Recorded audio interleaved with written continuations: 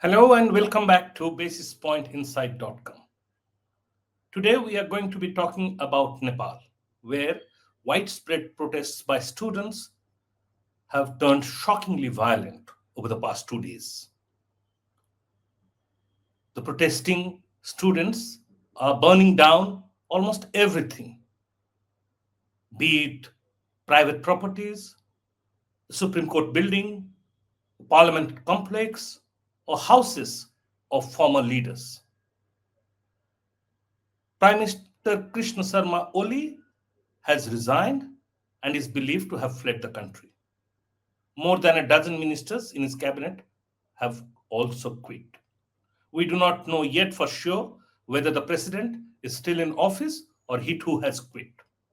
There are speculations that the army might take over. There are speculations too that the royalists have sneaked into, turning the protests violent, and they could be looking to stage a comeback. To tell us about what is likely to unfold in this fast changing scenario, today I have the most authoritative on the subject, Professor S.D. Muni. For a long time, he taught at Jawaharlal Nehru University, where he's a professor emeritus. He has been on the executive council of Institute of Development, Defense and Strategic Analysis. He has been an ambassador and a special envoy of India. He has authored uh, several books on Nepal itself, on South Asia, and various other geopolitical themes. Welcome, Professor Muni. Thank you for taking out time so Namaskar. early in the morning. Why is Nepal burning? Well, Nepal is burning because the Nepal government have not been able to deliver to the people to their aspirations and expectations. There was a huge corruption in the country. There was huge inefficiency, malgovernance for last more than a decade. Actually, the Republican system started by 2008. So, past 17 years, there have been continuous political instability and the malgovernance, including corruption. More than that, the leadership has, stuck to power. There are almost three major parties, and all the three leaders have been circulating amongst themselves. As a result, the frustration grew even within these parties, and there is a huge opposition to the present leadership, or the leadership which has now gone out, and people were totally unsatisfied. What happened at the last moment was a trigger, which came in the form of the social media, social network, where government suddenly closed down 26 of them, including Facebook and Twitter and whatever. As a result, these boys and girls could not communicate to each other. They were communicating with each other on the issues of corruption and inefficiency. And they thought, and perhaps rightly so, that the government closed them in order to stop this kind of a campaign which was going on for last several months. So they revolted. And what you see today is the result of that revolt. So it's not, a lot of media outlets initially made it out to be about a ban on social media, but it has been building up. That's what you're saying. It has been building up for months or years, even one could say. Now, looking at what has happened yesterday, particularly uh, the violence that we have seen, is it really spontaneous or is it somewhat organized? The protests. Well, it it was spontaneous in the sense triggered by the social media crisis, but the disenchantment was building up, and there were youngsters who were in communication with each other on most of these issues of the leadership corruption and leadership inefficiency. They were exchanging their notes, so there was a network which was in a way ready, and that network suddenly got frozen because of the social media, so it erupted. If it did not erupt 2 days earlier, it would have erupted sometimes later. So it was in the making. It was not suddenly spontaneous in the sense that this feeling that this government should go and this is not delivering to us was there very much. So, Mhm. but the trigger, as I said, which made it appear as if this was a sudden eruption Mhm. So and a spontaneous one. this is not the first time we have seen a crisis of this kind, or of these kinds in Nepal. Nepal has been struggling to stabilize as a democracy for now almost more than 3 decades, we can say. Uh, since it abandoned monarchy, moved on to constitutional monarchy, and then from constitutional monarchy moved into a republic. Could you take our audience through what have been the major hurdles, or roadblocks to Nepal stabilizing as a democracy or maturing as a democracy? Well, the political turbulence in Nepal started with the 50s, in fact, after India's independence, immediately. You know, earlier Nepal was being ruled by the Ranas, which was quite a feudal, autocratic kind of an order. And people rose against that system uh, way back in the late 40s when India's independence struggle was also going on. And once India became free, these people who had even participated in India's independence struggle, people like BP Koirala or the Nepali Congress, which was there, they demanded change in Nepal. And as a result, change took place with India's mediation in 1951 when the Ranas were out. The king was restored. King was a rubber stamp under the Ranas. King was restored. But then the other problem came in 1960, when in 1959 they had a representative government, an elected parliament, and a constitutional monarchy. And the constitutional monarchy felt that it cannot remain constitutional because it was not happy with the powers, very limited powers it had. So King Mahendra struck, and that was a royal coup in which the elected government was thrown out, parliament was dissolved, and a new system was put in called the panchayat system. That panchayat system also tottered around. It could not deliver to the people. And eventually, that panchayat system came to an end in 1990. After 1990, again the multi-party system which was restored, and people were having their representative institutions. These institutions were challenged by the on the one hand by the Maoist insurgency, which challenged the monarchy. They said monarchy must go, and monarchy struck by in 2002 when the king took absolute powers in his own hand. So from 2002 to 2006, that struggle went, and eventually the monarchy gave in, and constitutionally monarchy was removed in 2008. So this is how and a full republican federal system for the first time was established in Nepal, and that system, as I said, for the past 17 years it has not delivered, it has not worked. So people have been frustrated. You know, even the Maoist rebellion rose up largely because monarchy could not deliver it. And monarchy has been in power for last 250 years. The feudal system was in power and could not deliver. So it is unfortunate that the rulers in Nepal have not bothered much about their own people. The result has been that there is a widespread frustration. People are going out, young people are going out for their jobs. They don't get any employment within Nepal. There is poverty, there is a stark inequality. Some people are hugely rich, and others are abysmally poor. So, this is how the contrast has been going on for all these, I would say, since monarchy, but let us say since 1960 or 1950, whichever date you want to start. So it's almost more than 7 decades. Yes. Nepal has been struggling to find an anchor in democracy. So the monarchy has gone and come back, staged a comeback. I mean, it kind of has they have taken turns, and we saw that happening in 2002. In fact, uh, I was. a younger reporter those days working for the Associated Press, and I covered the royal emergency extensively.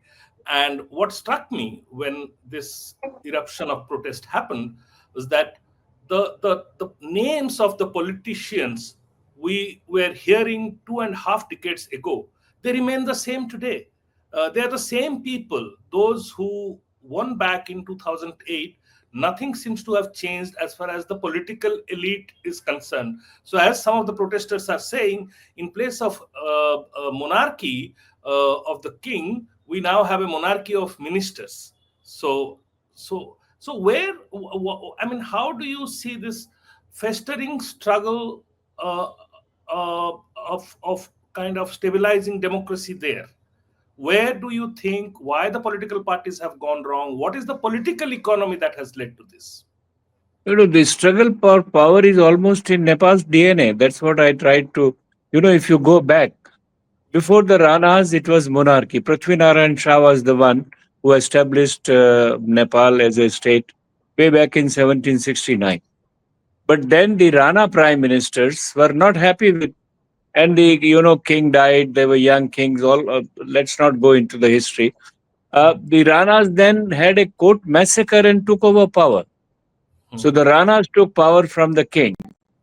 In 1951, the Ranas were thrown out. The king was brought back into the power.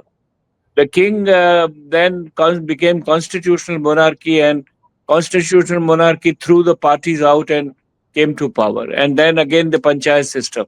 This power struggle has been going on. Unfortunately, as you said rightly, that after 2006, when this Republican federal system has come into being, the leaders have been struggling for power against each other.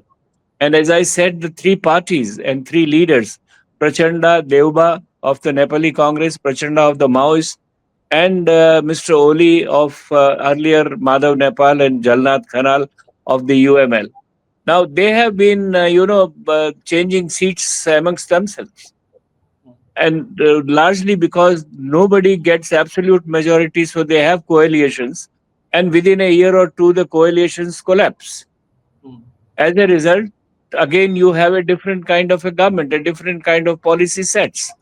In between, they had lot of struggle on constitution. They have made a constitution in which the dominance of the hill people, hill Pahadi people, largely those who are dominant castes in the hills, they had captured power for a long time, for centuries. They have been in power, and they are not leaving it. Whether it's not only the kind of a government which you have, but even in bureaucracy, even in army, even in police, everywhere. As you know, in India, we talk about Dalit being kept out and upper caste having in power, which similarly there, the upper castes have been in power, and the people in Tarai or the tribal groups have always been kept out. So this struggle is in such a manner that no constitutional system, no structure of polity has been able to resolve, largely because of excessive ambitions and expectations of the leadership of the elite class, which doesn't seem to leave power at all. Today, you have a struggle at a different level between hills, the upper hills, the mid hills, and the Tarai, where they don't want to share power with them. Tarai has almost 35% of the population, but they don't have equitable share in the administration of the country or in the economy of the country. Mhm. So So, economy has suffered, and Nepal had only two, major resources which could build up their economy. One is tourism, and the second was about hydropower. And they have, because of these internal struggles, they have not been able to harness them. As a result, poverty remains there. Abysmal poverty continues to be there. Largely an agriculturalist society and largely a rentier state. So the kings and the rulers are happy getting their own advantage and they don't care about it. This is what the sum and total of the entire dynamics of politics and economy in Nepal has been. yeah. So the inequality cuts across not just economy but also politics. And Nepal, Yes. the unemployment rate among the youth, 15 to 24 years, is almost 20%, which means one out of every youth between 15 to 24 years of age seeking employment is unemployed, doesn't have a job. Almost a third of Nepal's income now is remittance driven. Uh, so there is, and what we now learn that this had been building up. The issue of unemployment, corruption, nepotism has been building up. And as you very nicely explained, power has remained limited to select political families, and it's musical chairs between three dominant political parties who seem to have got increasingly disconnected from the people. And that's what now is spilling onto this protest that we see. Now let's get down to the protest that we are seeing. Who is, I mean, are there people behind these protests? We hear about Sudan Gurung. We hear about the symbolic ideas that they have picked up, the what you call the symbols of protests that they have picked up. Is that does that tell us something about the nature of these protests, where which directions politically they could be headed? Well, I think they are all youngsters. This Gurung is a youngster. He is a part of the social network. They have formed a group called Hamro Nepal or Hami Nepal. We are the Nepal. Then there are some phrases like the Nepo kids and baby, or depending on the corruption of the families in which their children are enjoying and these guys are suffering and they are struggling around. So they have used these symbols, and I think this symbolism is largely Western because it has come to them from the Western media and the social network, like as I said, Facebook or Instagram or all these items which are there. So they have picked it up, but largely they are youngsters. The 26% of Nepal's the GDP. straw, the straw hat pirates Jolly Roger symbol, which is kind of a Yes. Japanese thing, but Yeah. used extensively in Indonesian protests and others. No, no. So, Protest, Indonesian, Bangladesh, Sri Lanka have all gone on that pattern. yeah, If you see broadly, yeah. so this is what they picked up, but they're largely youngsters who really have been, unhappy, frustrated. More than that, the young mayor of Kathmandu, Mr. Balan Shah, whose name Yeah. is propping up again and again now, he has constantly been attacking the central government for their corruption and inefficiency, and Mhm. he has been more of a source of inspiration to many of these young people, and these young people have also gathered in the smaller groups, and they are quite very well networked. So this is the structure of the revolt. I don't see if there is one single leader who can be named as the one who has organized everything in a systematic manner. I think it is an amorphous grouping. It is a grouping, it is a networking, but its nature is amorphous. And there are people who can be identified, but at various levels. If you look at the last 2 days protests, I have a different feeling that on the first day the protests were far more civilized, Mhm. and the violence was accounted to the police and the security forces. They Absolutely. were the one who killed people. Next day, what happened was that the violence came in the hands of the protesters, Right. and the attacks have been on the system and establishment. Now, first day it appeared as if they were attacking the issues like corruption and inefficiency and the bad leadership and all that. The second day it appeared that they are attacking the whole system. They burned parliament, which is a symbol of republican system. They burned Supreme Court, which is a system of republican system. They burnt the whole Singh Darbar, which is their central secretariat. So if you look at the pattern in which this, therefore, I have a feeling that on the second day, all other opposition parties might have quietly joined it. And I quite see that the political activists of the parties, not the leaders, but political activists of the parties were very much there. At the Mhm. same time, I want to add one more thing, that in the leadership of the distraction, most of the violence arson and the kind of hitting of individuals, all that, I have a suspicion that the royalists have taken place. If you go through the police process of finding a criminal, they first look at who will benefit out of this crime. Correct.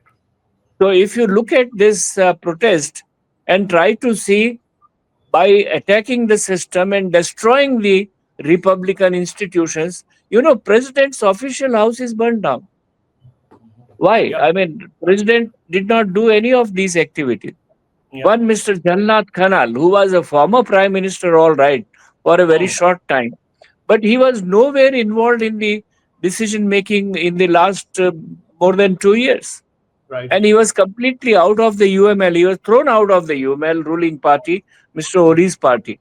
Now he and his wife were thrown into their burning house, and the Right. wife died out of that. That's not rational. It is not attacking corruption. Yeah. It is something beyond that. So And that beyond, sorry, I find that one must look for who is the beneficiary of this kind of a chaos and anarchy, and who is the beneficiary of destroying republican institutions. So, I Now, mean, that's what exactly I was asking. Looking at the violence and looking at the symbolism in use, what seems like the political direction of this protest, and as you very rightly said, yesterday things took a very different turn, and it would appear that the royalists are going to benefit it, and it appears I because we have suspect, I also mean, we no we we have don't seen. have an evidence. We don't have a concrete evidence, though the royalist leaders had said we are supporting the movement and we are a part of it. But others have also said, Balan has also said it. And Okay. Ravi Lamichan, who is not a royalist, he also said that we support. Prachanda also said, who is not a royalist.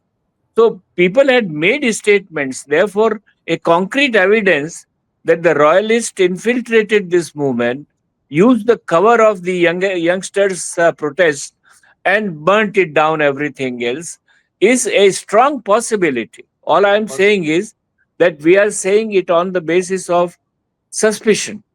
We don't. I mean, at least I don't have any concrete evidence to say Right. that, look, this is the proof, and I can say that the royalists are there. But the Right. only party, only political formation which will be benefited by the complete smashing of the republican system are the royalists, because they have been asking for the return of monarchy. They have been Right. asking for throwing away the republican system. They have been asking for throwing away all these leaders who are corrupt, inefficient, nepotist, and whatnot. Right. So you just Uh, put two and two together and you find some picture emerging. so what happens now? Now, Oli has resigned and seems to have fled the country. Several ministers in his cabinet have quit. The army yesterday said that it is in talks with the protesters. What happens now? Does the army take over? Is there a risk of the royal family coming back? How do things now you see unfolding? What are the possibilities? Well, I think the president is still there. There Mm. were rumors that he has resigned, but I haven't got any authoritative news that he has really resigned. So, president as an institution stays there. The army has come out and said we must protect national property and all this must end. It is amazing and questionable, which needs to be investigated later on, that why police and army did not protect these leaders and their houses. And not only these leaders and their houses, but even these institutions of parliament or the secretariat or whatever, Supreme Court or what. I mean, it is mind boggling as to why army did not come forward and protect. Why it has taken now and come out and openly said it. I am told that when Prime Minister Oli, before resigning, he asked the army and said, the Kathmandu is under your control and you do whatever you want to do. And army chief seems to have told Oli that we cannot do anything unless you resign. That's what made his resignation expeditious. So we do not, I mean, it's not understandable. And I cannot rule out completely the possibility that there are sections sympathetic to the royalist in the security establishments as well. I Absolutely. cannot rule out. I'm sure that in the last 17 years, the democratic system has appointed present army chief is an appointee of the democratic system.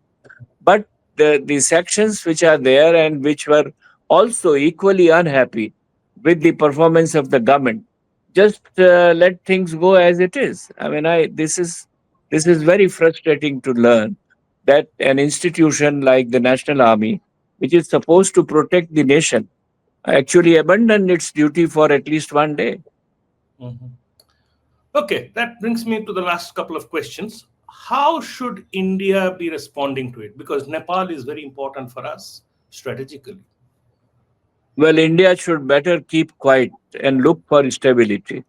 As you can see in India's statement, which is quite, a known format, that you should keep peace, you should negotiate, find out your own solution.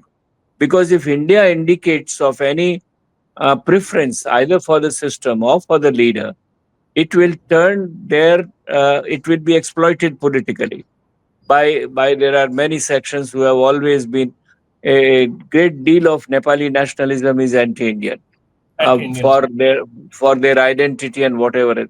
So I think it is better that whatever India does, it must do that very quietly and in a very measured manner, not jumping into the fire. And it cannot douse that fire in any case. It cannot physically do anything.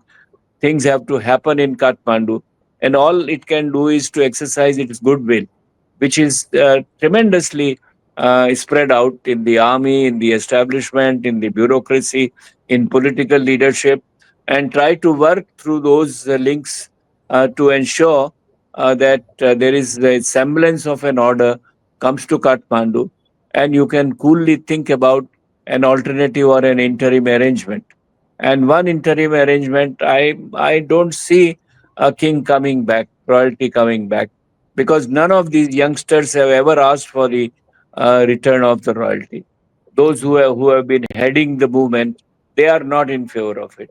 The royalist forces might have sneaked into them, used their cover, and did the violence, but they are not the spokespersons of this movement or this uprising. So I don't think the monarchy will come back in that way. But what can happen is you can find other interim arrangement. I mean, one which is being widely talked, that bring Balan Shah and then have an interim government and then declare elections and find a new system in which new leadership comes, new parties come up. All that can happen.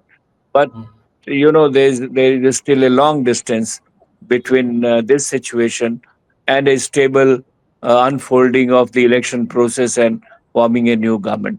We have to keep our fingers crossed because it's a faction ridden society, it is a faction ridden polity, and what can go wrong at what stage is totally unpredictable. Hmm.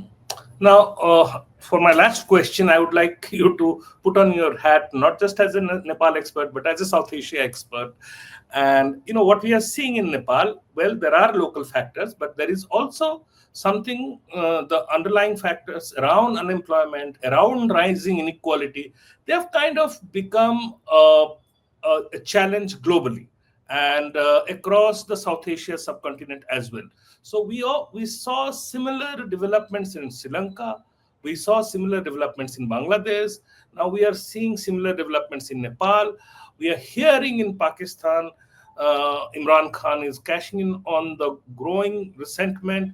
Are there lessons for the political class in India from these things?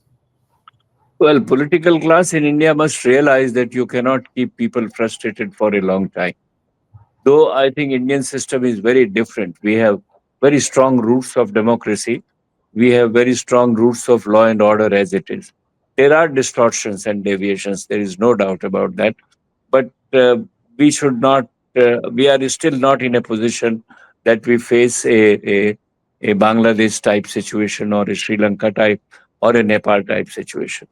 But comparing it with other cases in South Asia and also bringing in the geopolitics, I must make a couple of very short points. One, if you compare in the Bangladesh and Nepal, it is known that the Americans played the key role. It is known there. But it is also known that India was on the same page with America so far as Sri Lanka is concerned. And in Bangladesh, India was pitted against the American moves which were there. Now, in all the three cases, the government was seen as being tilting towards China, pro-China. The Rajapakshas in Sri Lanka, the Americans saw Hasina also tilting towards China, and Oli was known for his affinities with China. So, in all the three cases, it is pro-China governments which have been replaced and thrown away. And these parameters fit into the geopolitics of the subcontinent, where there are two competitions going on, or two rivalries going on. One is at the Indo-Pacific level between US and China. The other is at the regional level between India and China. And I think there is a mix of both of them, which, if at all, and even in Nepal, for instance, I am told that the Open Society of George Soros is somehow involved in this movement, and all the social media networks which were closed down and were asked to register and regulated are all US based. Their stakes are in the US. Uh, um, there has been a conflict between the US offer of 8 MCC and the BRI, which is the Chinese one in Nepal, for going on for a long time. So these are the pieces if you can put together, you can also see a geopolitical rivalry affecting this. So what I feel is that it was an internal discontent and frustration. It was an upsurge of that frustration, which is evident, but certainly the geopolitical rivalries have exploited it. And they have also probably made an advantage of it. Yeah. So, I mean, Nepal is not just strategically not important, not just for India, but it is also of great strategic interest to the Americans and to the Chinese. And whatever is happening now, the directions in which things will unfold in days to come, and what shapes the final outcome might take, would also be to a great extent influenced by the geopolitics around Nepal. And that's what you were suggesting, Professor Muni. Thank you for Thank you. covering so many issues, and telling our audience about the history, the present, and what are the possibilities that could lie ahead. Thank you very much once again. And to our audience, if you have liked our show, please subscribe to our channel, press the bell button, share this video, and keep coming back to us. Thank you.